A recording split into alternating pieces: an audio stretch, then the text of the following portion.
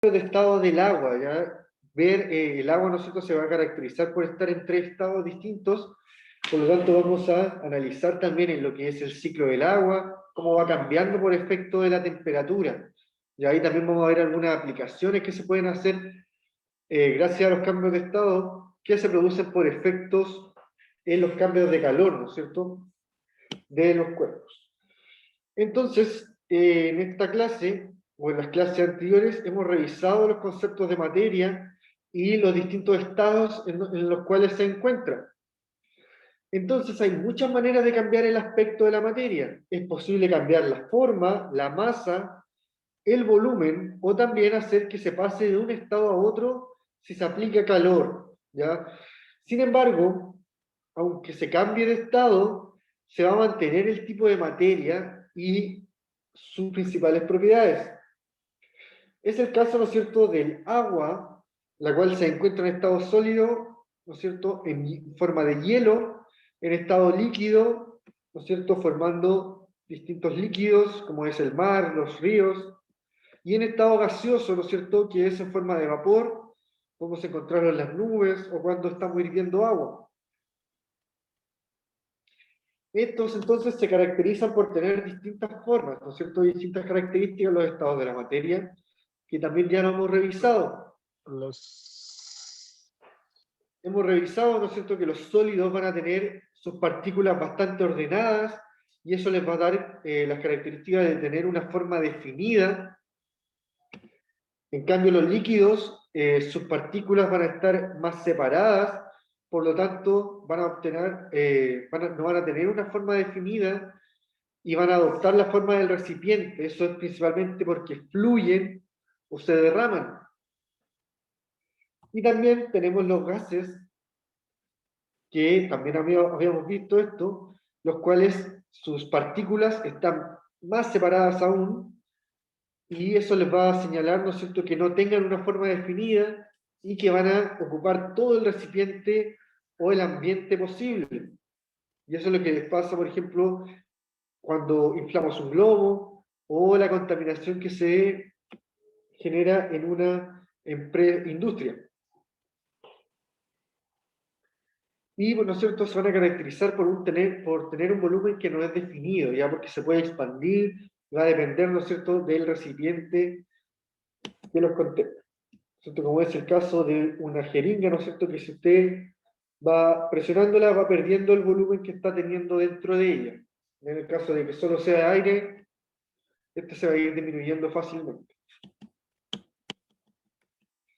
Entonces, los cambios de estado son posibles gracias al efecto de la temperatura en la materia, ¿ya? Es posible cambiar la forma, la masa, el volumen, o también hacer que pase de un estado a otro si se aplica calor. Sin embargo, aunque cambie de estado, se mantiene el tipo de materia. Ya solamente es un cambio físico. No hay una reacción química en esta materia. Entonces, la energía calórica o térmica es la energía del movimiento de las partículas de un objeto. Cuando se acelera este movimiento, se origina más energía térmica. O sea que mientras más movimiento tengan las partículas, más calor también van a generar o van a tener. Por ejemplo, entonces, cuando se hierve agua en un calentador, ¿no es cierto?, tenemos, como primero, tenemos un hielo y lo calentamos, ¿qué es lo que le va a pasar? Va a pasar a estado líquido y sus partículas van a estar más separadas y con mayor movilidad. Después, al ser calentado líquido, hasta llegar a un punto, ¿no es cierto?, vamos a pasar a estado gaseoso, y en él las partículas van a tener mayor libertad de movimiento, por lo tanto van a estar más separadas, ya hay mayor temperatura también van a tener. Por lo tanto, la temperatura, el aumento de la temperatura va de la mano con el aumento de la cantidad de movimiento de las partículas. Entonces tenemos que los cambios de estado ocurren cuando un cuerpo, por la acción del calor, por la ganancia de calor o por la pérdida de calor, va a pasar de un estado a otro. Entonces vamos a revisar ahora en unos cuadros los diferentes cambios de estado de la materia y algún dato interesante que tengan al respecto. ¿Ya? Perdónenme si voy muy rápido, pero este material se les va a estar subiendo durante la semana, o si no me lo pueden pedir al WhatsApp. ¿Ya? Y la idea, ¿no es cierto?, es que solo se tomen algunos apuntes de los nombres del cambio de estado y que después puedan realizar algún esquema de aquello, ¿ya? Como el que aparece acá también es muy sencillo sobre los diferentes cambios de estado. Entonces, el primer cambio de estado que vamos a revisar es la fusión. Ya la fusión no es la unión de dos cuerpos, que es como la que conocen en otros lados, sino que es la transformación, ¿no es cierto?, del estado sólido al estado líquido, que es cuando se derrite, ¿no es cierto?, un cubo de hielo, o cuando se derrite algún metal para pasarlo a líquido, ¿ya? Estamos en el proceso de fusión. Entonces, todos los materiales van a tener un punto de fusión específico y por el cual nos van a permitir diferenciarlos también. Ya el punto de fusión es una propiedad específica que podemos diferenciar a los distintos materiales. Es el caso del agua, ¿no es cierto?, que tiene un punto de fusión igual a 0 grados Celsius. Otro proceso, ¿no es cierto?, más conocido como por su nombre, es el proceso de evaporización o vaporización, que es cuando pasa de estado líquido a estado gaseoso. Por ejemplo, es cuando hervimos agua, ¿no es cierto?, para cocer los alimentos, vemos claramente, ¿no es cierto?, cómo se produce vapor, el cual es el cambio de estado líquido a gaseoso. Al igual que el punto de fusión, también existe un punto de ebullición, el cual es la temperatura donde se produce el paso del líquido a gas. Este se va a caracterizar en el caso del agua, ¿no es cierto?, de llegar a ese punto y mantenerse en el tiempo, ¿ya? Durante todo ese momento que se esté pasando de estado líquido a estado gaseoso, se va a mantener la temperatura de ebullición del agua, que en este caso es 100 grados Celsius. Y como lo dijimos, ¿no es cierto?, en el punto de fusión, estas propiedades son características de los materiales y nos van a servir para poder identificarlos. Ya les voy a mostrar, ¿no es cierto?, una tablita en donde aparecen lo que son las propiedades intensivas de los materiales, ya que lo vimos en las clases pasadas, la primera clase cuando hablamos sobre las características de los materiales, y son las propiedades, ¿no es cierto?, que permiten identificar o clasificar algunos materiales o materias. Entonces, como ejemplo, ¿no es cierto?, habíamos visto que la densidad era una de ellas, ya como aquí teníamos algunos ejemplos, ¿no es cierto?, densidad de distintos materiales como el acero, el oro, el aluminio, el aire, el agua, habíamos visto que tenían diferentes densidades, el alcohol, pero en este caso estamos hablando sobre los puntos de fusión y puntos de ebullición, que como pueden ver aquí en este cuadrito, también existen diferentes sustancias con diferentes puntos que van a ser temperaturas específicas para poder diferenciar algunos elementos, ya, o sustancias, como lo son el caso del agua, que su punto de fusión es 0 y su punto de ebullición es 100 grados Celsius, ¿ya? Temperatura. También tenemos al mercurio, el oro, por ejemplo, nos van a servir igual para poder identificar el estado físico en el que se encuentran naturalmente, ¿ya? En el caso del oro, que su punto de fusión es 1000 grados Celsius. ¿Qué significa eso? Que a los 1000 grados Celsius va a pasar a estado líquido. Pero ¿a qué temperatura estamos normalmente? Alrededor de 20, 30 grados Celsius, ¿no es cierto? Por lo tanto, ¿en qué ¿en qué estado se va a encontrar? En estado sólido, ¿ya? Porque todavía no llegamos a los 1000 grados Celsius como para poder derretir al oro y que se encuentre en estado líquido. En cambio, el agua, como su punto de fusión es cero, o sea, su paso de sólido a líquido es cero, generalmente se va a encontrar en estado líquido. ¿Ya? A menos que estemos en la Antártida, ¿no es cierto? Que ahí las temperaturas son inferiores a 0 grados Celsius, en donde se produce más hielo, ¿no es cierto? O se nieva en el caso que esté lloviendo, etcétera, ¿no es cierto? Va a depender de la temperatura para que ocurran los cambios de estado.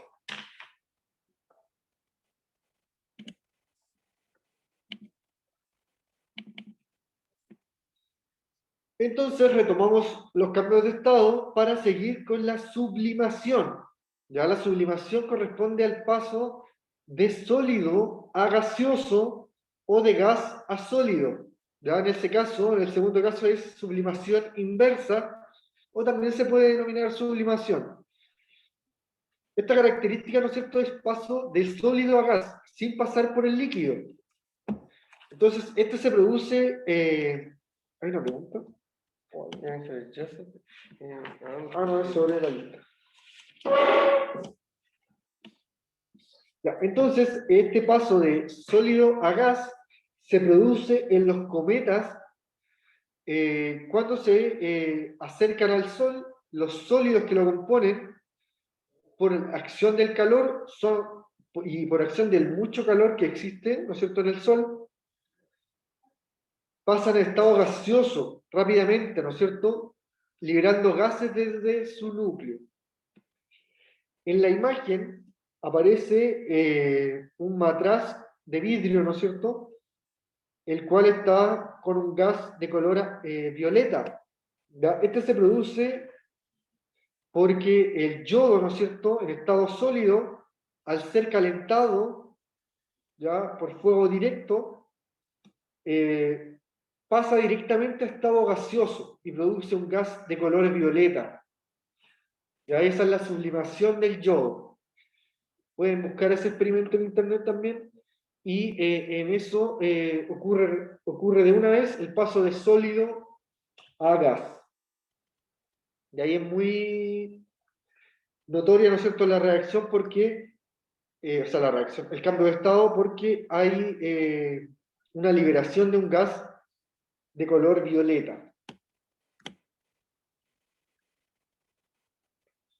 Por último, tenemos dos cambios de estado más, el cual son la condensación, que es el paso de gas a líquido, ¿no es cierto?, que se produce eh, cuando estamos hirviendo agua, ¿no es cierto?, y ese vapor se ve depositado en algún vidrio, ya, o en algunas cerámicas, y se producen algunas gotitas. ¿Ya? El hecho de pasar de vapor de agua a gotas de agua se considera condensación. Y ahí es lo que también ocurre cuando llueve, ¿no es cierto?, cuando están las nubes ahí bien negritas y se llega a una temperatura adecuada en ese lugar, se produce la lluvia. Y es que es el paso, ¿no es cierto?, de gas a líquido. Y también es parte fundamental, ¿no es cierto?, del ciclo del agua que vamos a revisar también.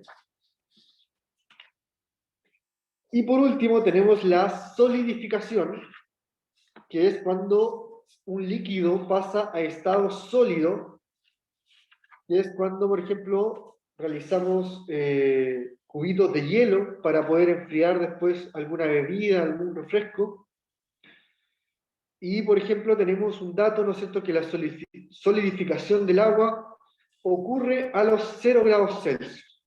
Ya lo mismo que la fusión, ¿no es cierto? Pero en la fusión es el paso inverso cuando pasamos de sólido a líquido.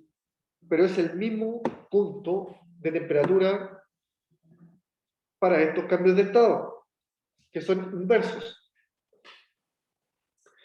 Entonces, eso más que nada con respecto a los cambios de estado.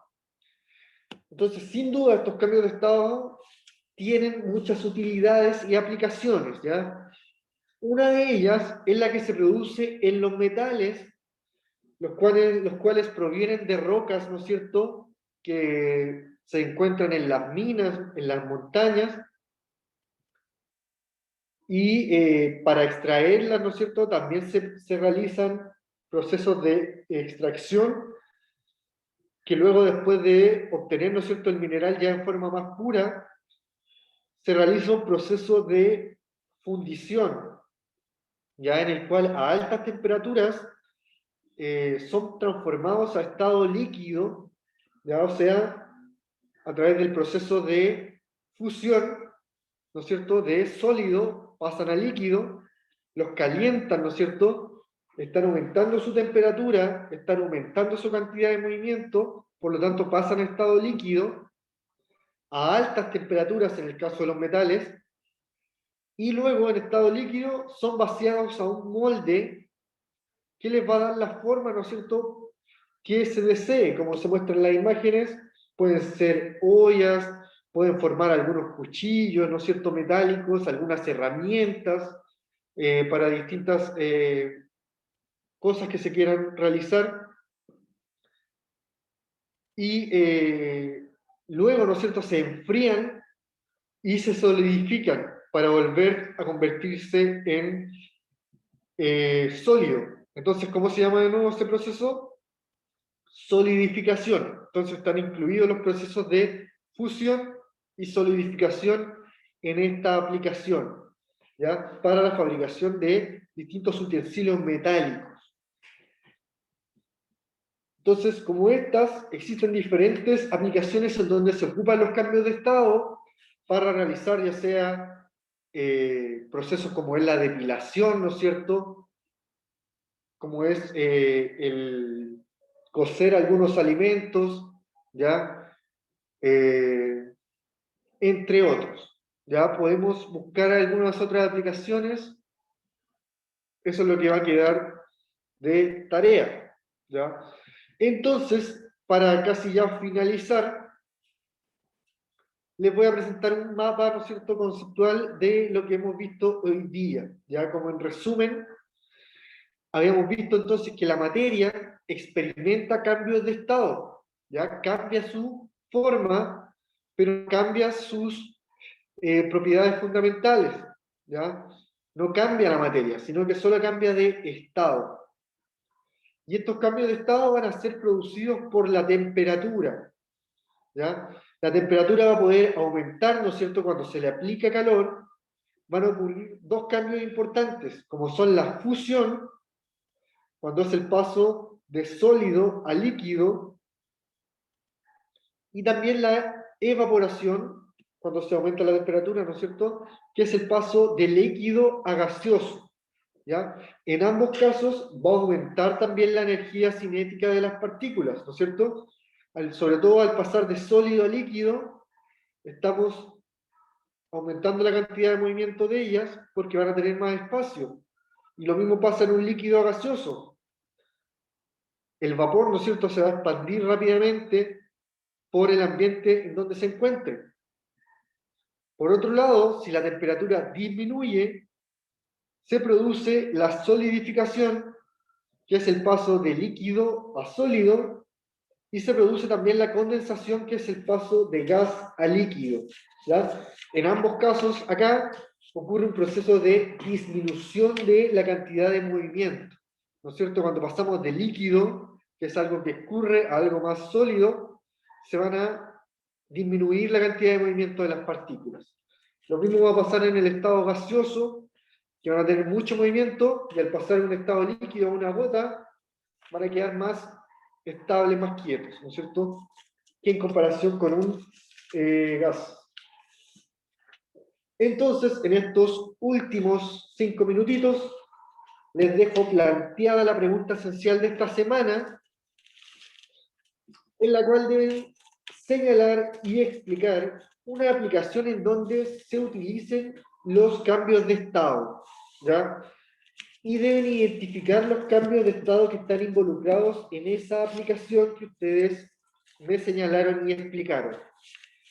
No puede ser la misma aplicación que yo les enseñé acá, ¿ya? Pueden ser otras que quizás aparecieron más arriba, pero esta no puede ser. Entonces, tienen un minutito para anotar la preguntita y el resto es para que la puedan trabajar en este tiempo que queda, ¿ya? La idea es que durante la semana y antes de la próxima clase puedan enviar algunos su respuesta, los que puedan, y así en la próxima clase, si es que hay alguna duda, si es que falta algo en forma general, pueda también quizás compartir los errores para que no se puedan cometer, para que no los cometan tanto, ¿ya? Entonces, si tienen alguna duda, es el momento de realizarlo. Recuerden que su profesor tutor también les pidió que se ofrecieran para los cargos de la directiva, así que este es el momento que les queda para definir eso también. Si hay alguna duda, también la pueden expresar.